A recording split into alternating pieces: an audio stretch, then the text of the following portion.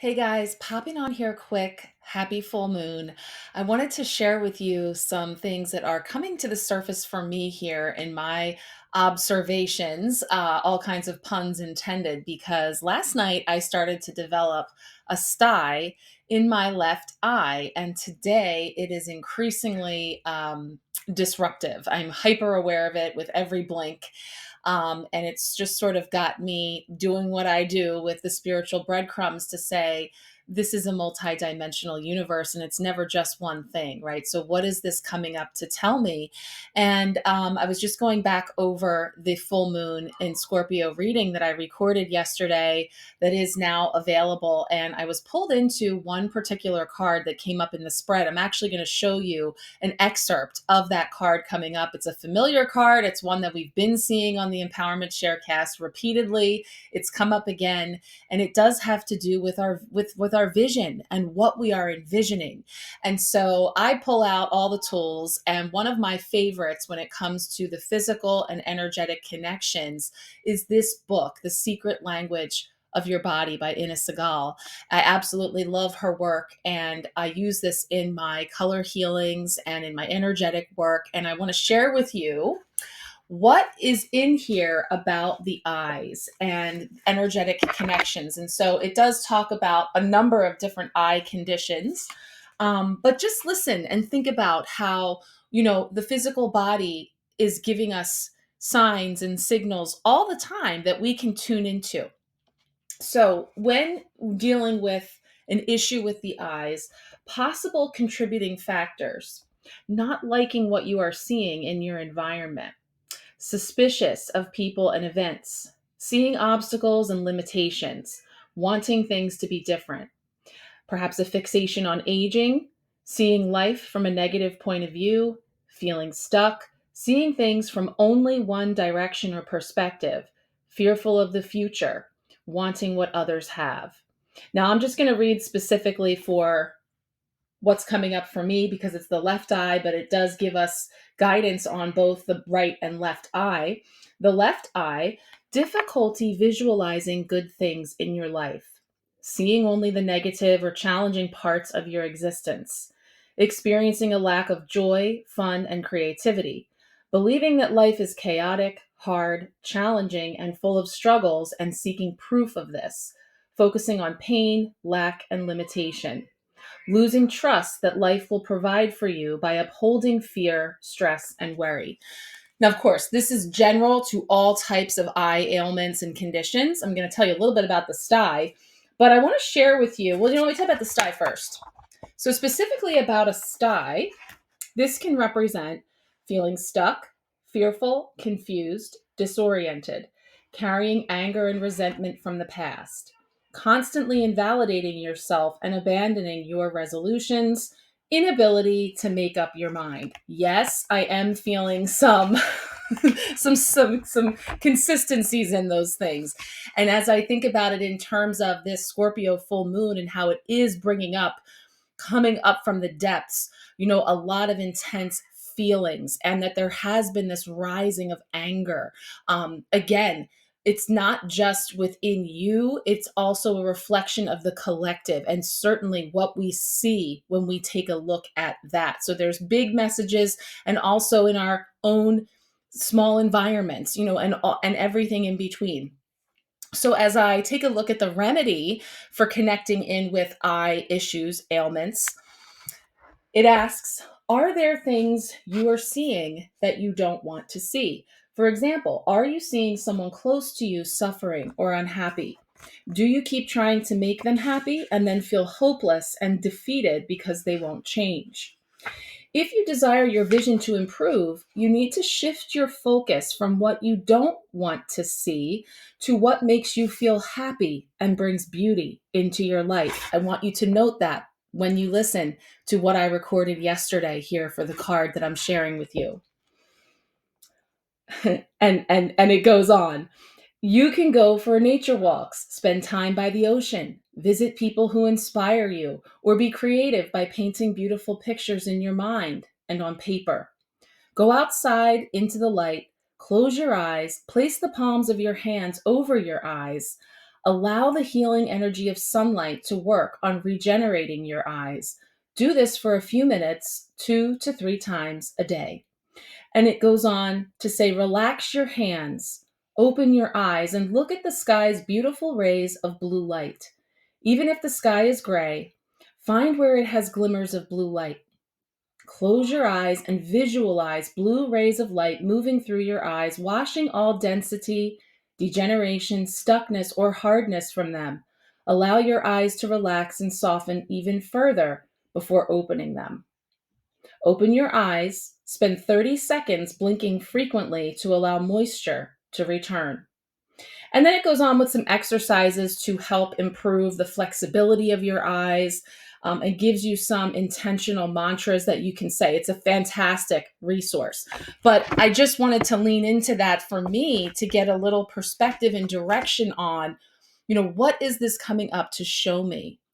So I'm really feeling that. And I brought in the Tanzanite third eye energy spray, just to open up that third eye to really connect in beyond what these two eyes can see, right? And really bringing in that intention. So as I bring that in, I'm just going to pull one quick card here. There is a deck that goes with this book that is called The Secret Language of Your Soul. And so I often use this beautiful mandala type energy of this deck to, again, accompany when I do color healings and deeper healing work. So I'm just setting an intention for a collective message for us in and around what is coming forward in this message of what we are envisioning and what we see and what is possible for us to see. And again, when you see the little excerpt here, you may begin to connect the dots knowing that this card has been coming up and refer to the many ways that we've been interpreting those messages here on the Empowerment Sharecast in these weeks, these very powerful weeks of this month of April, that this card has come up.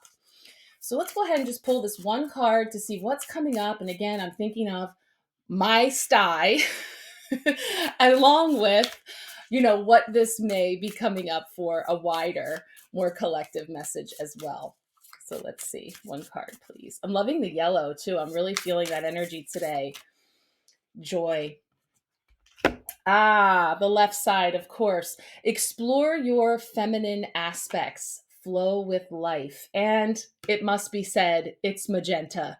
If you know, you know. We've been talking about the magenta bridge here and the energy of magenta. And in fact, our beautiful Nine of Pentacles on the altar this week for Thursday's How Are We Growing features that magenta robe, where I again brought in that energy of the magenta bridge. The left side is your feminine side. So interesting that we get card 35 to bring forward a message about flowing with life. So let's see what it has to say. We all have feminine and masculine aspects within us. To foster well being and overall health, it is vital that our sensitive, intuitive, creative, feminine side is allowed to grow and express itself. Your feminine facet asks that you get to know yourself from the inside out. With feminine wisdom as your guide, you discover the path to the higher knowledge most aligned with you. You learn compassion, forgiveness, and a deeper connection with yourself and others. The feminine is a state of flow, exploration, sacredness, and divinity. You connect this part of yourself when you slow down, allow yourself to let go of control, and become more spontaneous, inspired, artistic, fun, and joyful. Your feminine side asks that you take time to smell the roses, appreciate the beauty of nature, explore and develop your inner life, dance, flow, paint, swim, knit, explore, meditate. Do things that are creative, unstructured, and draw out different colors of your inner being in a vibrant splash of paint. So it goes on with an exercise, some questions for contemplation, but what's striking me here is those were all actions to take, right? And oftentimes we think of the feminine as receptive and just being and holding as a vessel and not taking action. And yet those were all beautiful suggestions of actions and steps we can take. So I love that that's coming forward. And really, it is all about expression and authentic expression. And I feel that even just the nature of something like a sty coming to the surface, that it's pushing out something that is not supporting the vision. And so, again, I leave you with the messages that are coming up in the card. And I can tell you just from going through that, many more synchronicities came up in the context of this 1 hour and 11-minute reading that this is an excerpt from. So, once again, if you do want to receive this reading, I have it all ready to go. This would be a part one for the full moon empowerment reading, the 5 card spread, of which this is card number 3 that you're about to see. And then second part is you and I connect to see what your intentions are around this full moon, what you are looking to release, shed, let go, forgive, and clear in order to step into the new. And we pull some cards for you. So if you want to come along, it's going to be available through the end of this week. Just give me a shout or follow the link that I provided here in the sharecast, and you are going to receive this reading, and then we can connect on the other side for your personal card pulls. All right, let's go ahead and roll into this excerpt. Much love, guys. So, what do I have to change in order to get where I want to go? And we have the Three of Wands, partnerships and alliances. Well, once again, if you saw my weekend card pull, this exact card came up with a very powerful message in the context of that reading. And if you've seen the Empowerment Sharecast yet this week for our week ahead collective energies, this is the card for Monday, here and now as I record this, the Three of Wands. So, see what I mean? We have all this synchronistic energy coming up one by one, these breadcrumbs. And so, what do I have to change in order to get where I want to go? Three of Wands, a card of this partnerships and alliances, but bringing in this energy of contemplation of where to from here. There's energy being manifested. We're waiting for the results of our effort, the arrival of opportunities coming in. And I was talking about the fact that the traditional Three of Wands shows a ship, typically someone who's up from a higher vantage point, looking out over an expanse of a horizon and seeing a ship that's arriving, ships that are departing. And so there is this energy of opportunities that are just arriving, or that we're finally releasing and letting go of. That ship has sailed, so we let it go, bon voyage, right? So I feel like, here we have this opportunity to look at, with this full moon, what we have the opportunity to change in order to get where we want to go. Well, what is this old thing that I'm still dragging with me? Again, physical, energetic, all of the above, things that are still hanging on, that are, dragging and preventing perhaps for us to level up to that 2.0. So, opportunities coming to light of exactly what is needed to change. And again, this can be something or things that we're well aware of. It's just been a matter of sort of being in this stagnant place, or it's been repressed that we haven't done it. And this particular version of this card tells me again to ask for help, to reach out, to allow others to give you a hand when it comes to partnerships and alliances that we can co-create and collaborate with in this process. So, I feel like there's a tendency to either refuse help or be afraid to ask for help, or trying to take it all on ourselves sometimes, that can overload us and inevitably lead to burnout. That now that we're in this expansive vista, with all these energies that are coming in to support that, we see this big picture. Rise up, expand out, see the big picture. What do I have now that I can change? What ships can I let go out to sea?